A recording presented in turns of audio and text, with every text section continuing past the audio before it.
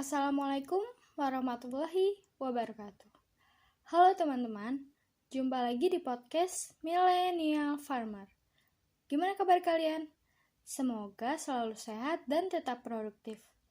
Sebelum kita berbincang lebih jauh, kalau kata pepatah, tak kenal maka tak sayang. Jadi kita kenalan dulu ya. Sebenarnya podcast ini merupakan gagasan kita satu tim dari bidang keilmuan IMM Fakultas Pertanian Universitas Muhammadiyah Yogyakarta. Ada Mas Rosyid, Mbak Fitrah, Mbak Fanin, Kiki, Salma, Vina, Adi, dan aku sendiri, Arhati. Atau kalian juga bisa panggil aku Hati. Podcast Millennial Farmer dibentuk dengan tujuan sesuai dengan nama podcast ini, yaitu kami ingin memperkenalkan dunia pertanian dari sudut pandang kita sebagai anak milenial. Jadi kedepannya kami akan hadir menemani hari-hari kalian dengan konten yang bermanfaat seputar isu pertanian. Atau mungkin teman-teman bisa request kok, misal bahas tutorial budidaya, atau apapun deh selama ruang lingkupnya masih pertanian. Oke, kita lanjut ya. Di podcast perdana ini, aku mau bahas tentang apa sih pertanian itu? Teman-teman, kalau ngomongin pertanian, apa yang terlintas di pikiran kamu? Petani, sawah, berkebun, pohon. Udah, itu aja. Atau masih ada lagi? Sebenarnya pertanian itu terbagi menjadi dua, teman-teman. Pertanian dalam arti sempit dan pertanian dalam arti yang luas.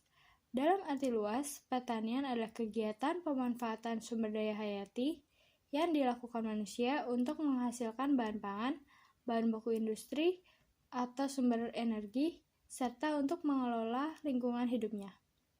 Atau dengan kata lain, sektor pertanian dalam arti luas itu subsektornya mencakup budidaya tanaman pangan, hortikultura, perkebunan, kehutanan, peternakan, dan perikanan. Jadi, semua yang kita konsumsi itu asalnya dari pertanian.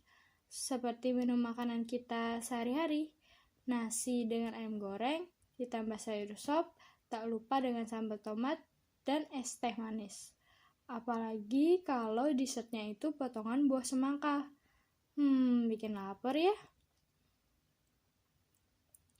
Nah, sedangkan dalam arti sempit, pertanian adalah kegiatan yang berkaitan dengan usaha penyempurnaan budidaya tanaman untuk memperoleh produksi fisik yang maksimum. Gimana sih caranya memperoleh produksi fisik yang maksimum?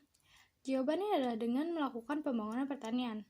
Pembangunan pertanian adalah upaya-upaya pengelolaan sumber daya alam yang dilakukan untuk memastikan kapasitas produksi pertanian jangka panjang dan meningkatkan kesejahteraan petani melalui pendekatan-pendekatan yang ramah terhadap lingkungan. Pembangunan pertanian merupakan salah satu bagian dari pembangunan ekonomi dalam arti luas, yang tidak lepas dari upaya pembangunan di bidang ekonomi. Artinya, pembangunan tiap sektor saling berkaitan satu dengan yang lain.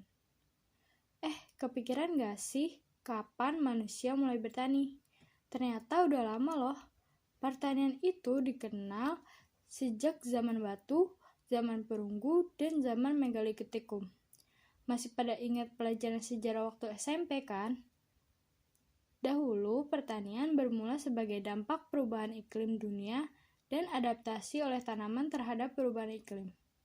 Para ahli sejarah menyebutkan bahwa pertanian pertama kali berkembang dari kebudayaan di daerah bulan sabit yang subur. Kok bisa disebut bulan sabit yang subur? Karena jika daerah-daerah ini ditarik garis astronomisnya, akan membentuk seperti bulan sabit. Daerah ini berada di timur tengah, yang meliputi daerah lembah Sungai Tigris dan Eufrat, terus memanjang hingga ke barat, hingga ke daerah Suriah dan Yordania sekarang. Mengapa bisa dikatakan subur? Karena sejak 8000 sebelum Masehi, daerah ini memang sudah diakui sebagai praktik pertama pertanian yang tanahnya sangat subur dan hijau, sehingga menjadi pusat keanekaragaman tanaman budidaya.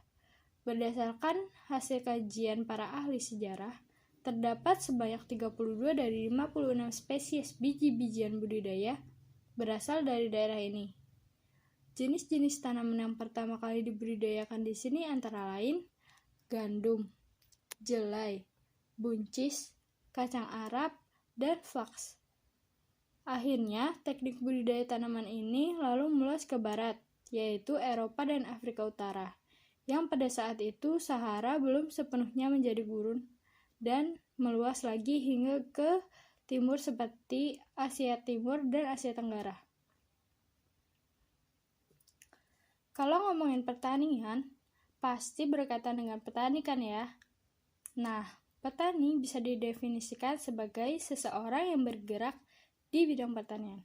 Biasanya petani melakukan pengelolaan tanah dengan tujuan untuk menumbuhkan dan memelihara tanaman dengan harapan memperoleh hasil dari tanaman tersebut. Bisa untuk keperluan pribadi maupun untuk dijual ke orang lain. Kegiatan penjualan hasil pertanian dapat dibedakan menjadi dua, yaitu pertanian subsisten dan pertanian komersial. Pertanian subsisten merupakan sistem pertanian yang bertujuan untuk memenuhi kebutuhan hidup petani dan keluarganya. Pertanian subsisten ini berkaitan langsung dengan on-farm, yaitu suatu kegiatan pertanian dilakukan di lahannya sendiri dan lahannya sempit. Petani sebagai pemilik perlu memiliki pengetahuan dan keterampilan di bidang pertanian. Petanilah yang melakukan segala usaha tani mulai dari menyediakan input, produksi, dan output, yaitu pengolahan dan pemasaran. Yang selanjutnya ada pertanian komersial. Pertanian komersial yaitu usaha tani di mana semua hasil panennya tersebut dijual untuk mendapatkan keuntungan. Pertanian komersial terdiri atas dua kegiatan, yaitu pertanian on-farm dan off-farm. Pertanian on-farm adalah suatu kegiatan yang dilakukan di dalam lahan pertanian, atau dengan kata lain seluruh proses yang berhubungan langsung dengan proses budidaya pertanian seperti menyemai bibit, mengawinkan hewan ternak, memupuk, memberi pakan, mengendalikan hama dan penyakit, panen, dan lain-lain.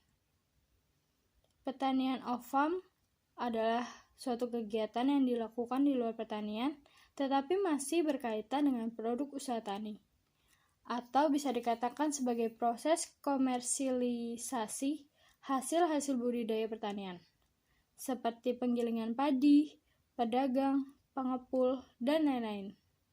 Nah, kita udah bahas definisi pertanian dalam arti luas maupun arti sempit, sejarah singkat pertanian, petani, dan kegiatan penjualan hasil pertanian. Kalau ada pertanyaan, saran, atau kritik, bisa DM ke Instagram lidi.idn. Sekian dulu ya teman-teman, sampai jumpa di podcast selanjutnya.